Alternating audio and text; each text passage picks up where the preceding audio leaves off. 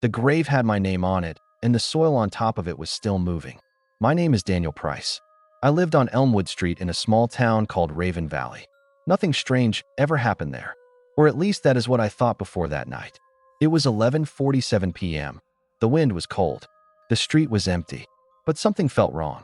There was a terrifying silence outside, the kind that makes your heart beat slow and loud. I could hear my own breath. I could even hear the ticking of the old clock in my living room. Then it started. A soft thump, thump, thump came from outside. At first, I thought it was a stray dog, but the sound was slow, heavy, and uneven.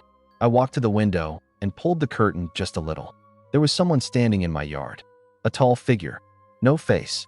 Just a dark shape staring at my house. I froze. The figure lifted its arm and pointed toward the old cemetery at the end of Elmwood Street. Then it vanished just like smoke.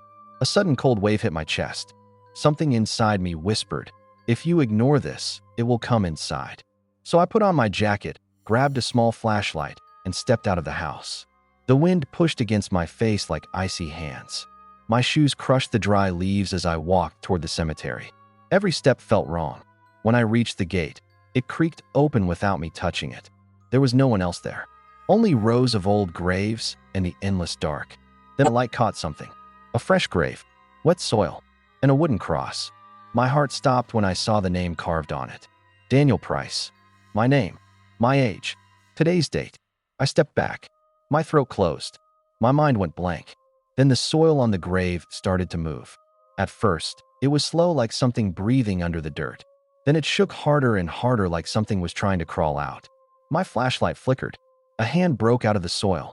A pale, muddy hand with long fingers and dark nails. I wanted to run. I wanted to scream. But my legs refused to move. Another hand pushed out. Then the head. The face was my own face. Eyes open wide. Mouth hanging as if screaming underwater. I whispered, "What are you?" It slowly turned its head toward me. Then it smiled. A dead smile. It lifted its hand and pointed behind me. I turned. The faceless figure was standing only a few feet away. Just breathing. Just watching. And then, if you are listening till here, don't stop now. The real horror hasn't even started. The faceless figure stood only a few feet away. No eyes. No mouth. No nose. Just a smooth, pale shape like wet paper stretched over a skull. My breath became heavy. I took one step back.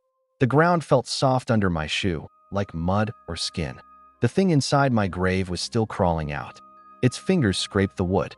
Its chest rose like it was learning how to breathe. But the faceless figure did not move at all. It only raised its hand slowly and pointed at my house. A cold whisper passed through the trees. A dry leaf rolled near my shoe like someone blew it. I turned around for 1 second. Just one. And that second was enough. The faceless figure was now standing right beside me. I did not hear it move. I did not feel the ground shake. It was just suddenly there. A deep rumbling sound came from its chest. Not a voice. Not a growl. Just something alive. The soil behind me cracked louder. My dead copy was now fully out of the grave. Its eyes stared straight into mine. Wide. Cold. Empty. It blinked slowly like a newborn learning how to see. Then it spoke in my voice, but broken, like a person trying to use vocal cords for the first time. "Daniel." My legs almost gave up. It stood up slowly. Dirt fell from its clothes, my clothes. Its skin was pale, stretched tight, torn in some places like it was forced out too early. Then it smiled again. A bigger smile than before. Wide enough to hurt. Wide enough to tear skin at the corners. I stepped back again, but my heel hit a stone. I almost fell. The faceless figure tilted its head. Then it reached toward me. Not fast. Not sudden. Just slow, calm, certain. My dead copy whispered again, "You should not be here." I wanted to run. I tried. But the faceless figure walked in front of me without moving its legs. It just appeared there, blocking the path. My dead copy suddenly snapped its neck sideways. A bone cracked loudly. Then it pointed at the biggest tree in the cemetery. A tree with a rope hanging on it. The rope swung by itself, round and round, like someone invisible was turning it. Wind blew harder. Leaves spun. Branches shook. The rope pointed at me, like it chose me. I whispered, "Why me? What do you want?" The faceless figure slowly lifted both arms. Its chest expanded like it was inhaling the entire night. And then it screamed. A blood-freezing scream, but not from a mouth. From its whole skin. like the scream came from inside its body, pushing out through every pore. The sound hit me like a wave. My vision blurred. My ears rang. My dead copy crawled closer. Its fingers touched my shoe, and it whispered, "Tonight, one Daniel Price must die. If you are still here, then get ready." The next part is worse. Much worse. The night around me felt dead. The wind stopped. The trees stopped moving. Even the clouds looked frozen in the sky, like they were watching what would happen next. The faceless figure stood in front of me. My dead copy crawled behind me, and I was trapped between both. My breath became heavy. My heartbeat felt loud, like drums inside my chest. I took one slow step back, but the dead copy took the same step forward. It tilted its head again, and I heard another crack in its neck. Its mouth opened wider, too wide, like skin tearing. Dirt fell from its teeth. "Do not run," it whispered. I shook my head. My hands trembled. My flashlight trembled. The light hit the graves around me and made long, scary shadows. Then something changed. The faceless figure slowly lifted its arm and pointed toward the forest that stood right next to the cemetery. The forest was dark. No moonlight entered it. It looked like the entrance to another world. My dead copy nodded, like they both agreed on something. The faceless figure touched its own chest. Then it touched the ground. Then it pointed at me again. It wanted me to follow it. It wanted me inside that forest. I did not understand why, but I could feel it. If I did not follow, it would drag me inside. The rope on the tree moved again. Slow circles. Tighter circles. A warning. I stepped back again, but the forest suddenly felt closer, like the trees moved forward on their own. Then a small whisper echoed from inside the dark woods. "Daniel." My blood turned cold. It was a child's voice. Soft. Weak. Sad. I froze. My throat burned. Because I recognized that voice. It was my voice. My voice when I was 10 years old. "No. No. This cannot be real," I whispered. Another whisper came. "Help me." My dead copy smiled even wider. The faceless figure lowered its head like it was bowing to someone inside the forest. Something was calling me. Something that sounded exactly like me when I was a child. Something trapped in the woods. I tried to step back, but my legs did not listen.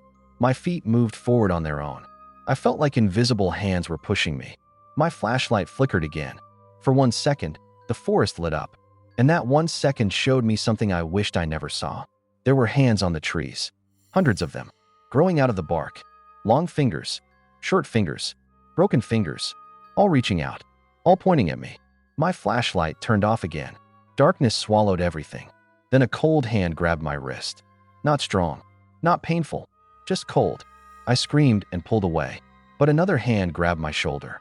Another grabbed my leg. I could not see them, but I could feel them. Dozens of hands. Maybe more. Pulling me inside the forest.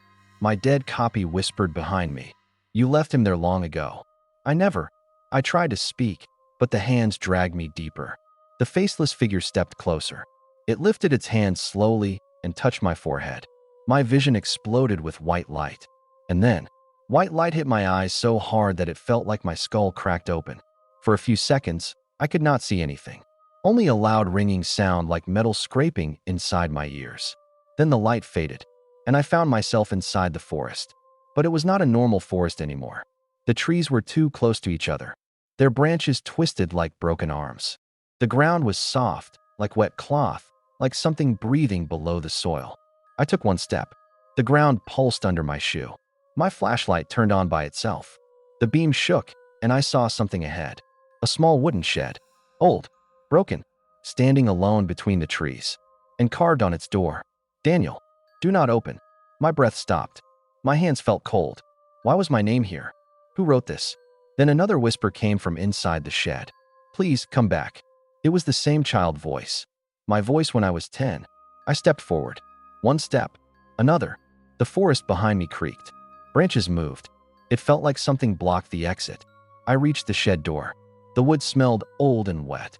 My fingers trembled as I touched it. Something inside knocked. 3 times. Slow. Soft. But clear. I whispered, "Who is in there?" Silence. Then a shaky voice replied, "You left me here. Daniel, you forgot me." My heart almost stopped. "I never left anyone," I whispered. The voice cried softly, "You did. You promised you would come back." My throat tightened. Cold sweat ran down my back. I opened the door. The room inside was dark. Only one candle burned in the corner. And beside the candle, a small figure sat on the floor. A child, his head down, his arms around his knees. His clothes were torn. His skin was pale. His hair looked like mine when I was young. I whispered, "Who are you?" The child lifted his head slowly, and I lost all air in my lungs. It was me, a 10-year-old version of me. Same eyes, same face, but his skin had cracks like broken glass. And inside those cracks, something dark moved. He crawled toward me.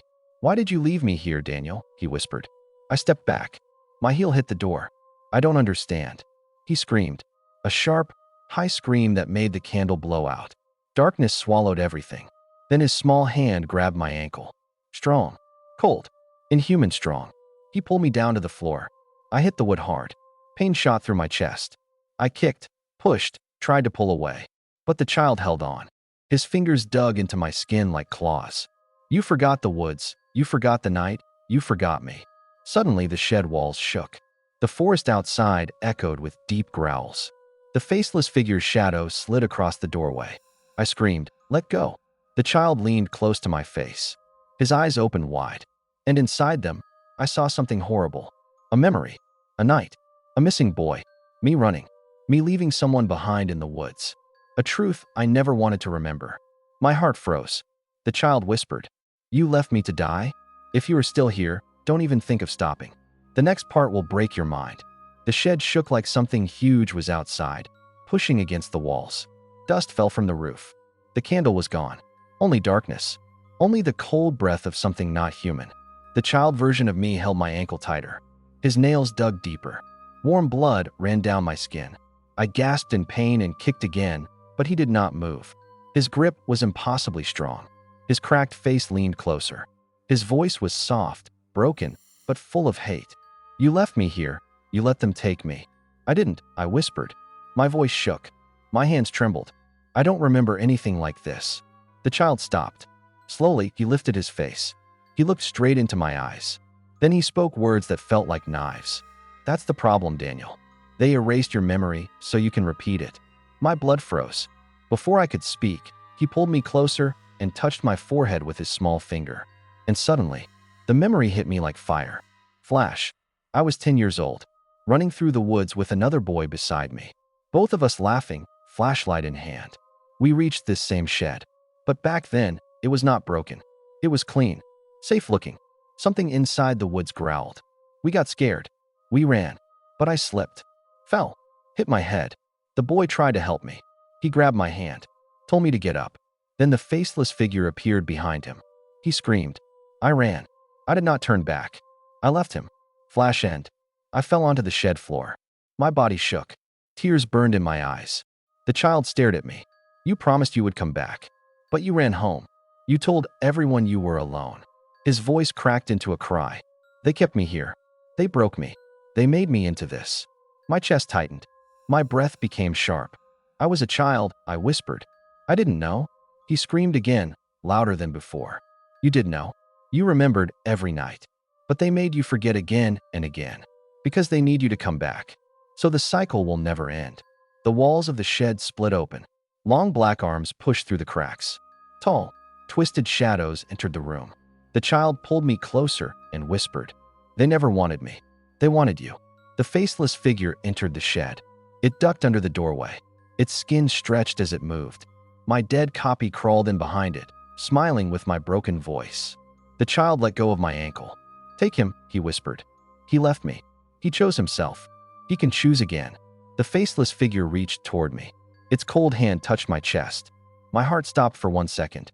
Then it whispered inside my head, "Which version of you should we take this time?" The forest outside roared like 1,000 voices. Before I could scream, the ground opened beneath me. I fell into darkness. I fell through the darkness. Air burned my lungs. My ears rang. The faceless figure's hand never let go of my chest. My dead copy's smile followed me like a shadow. I landed hard on a floor that felt alive. Warm, pulsing, like the forest itself had a heartbeat. I tried to sit up, but my arms wouldn't move. Something heavy pressed them to the ground. All around me, shadows swirled. Whispers, cries, screams from children I had never seen. And from myself. A single candle flickered in the center of the room. And there, lying on the floor, was a mirror. I saw myself inside it. Or not myself. The reflection moved before I did. It smiled. The same twisted smile as my dead copy. The reflection spoke. Daniel, you are nothing without them. You left me. You left him. Now, you belong to us. I tried to look away, but I couldn't. My body refused to obey. The faceless figure stepped closer. Its breath was cold, wet, heavy. You must choose, it said, low and slow. Who will live? The child you left, or the adult you became? The child appeared beside the mirror. His cracked skin glowed faintly red, his eyes full of hate and tears. You left me once. Will you do it again? I screamed. I pulled with all my strength. I kicked. The ground beneath me rippled like water. But my hands, my legs, were tied to the shadows. Suddenly, the mirror shattered. Thousands of tiny reflections poured out like water. Each reflection, my face, my body, my voice, all screaming in unison. The faceless figure reached inside the broken mirror and pulled something out. It was me, but not me. A version of me that I didn't recognize. The child lunged at the reflection. They collided. A loud crack, like bones snapping. The faceless figure laughed, deep and wet.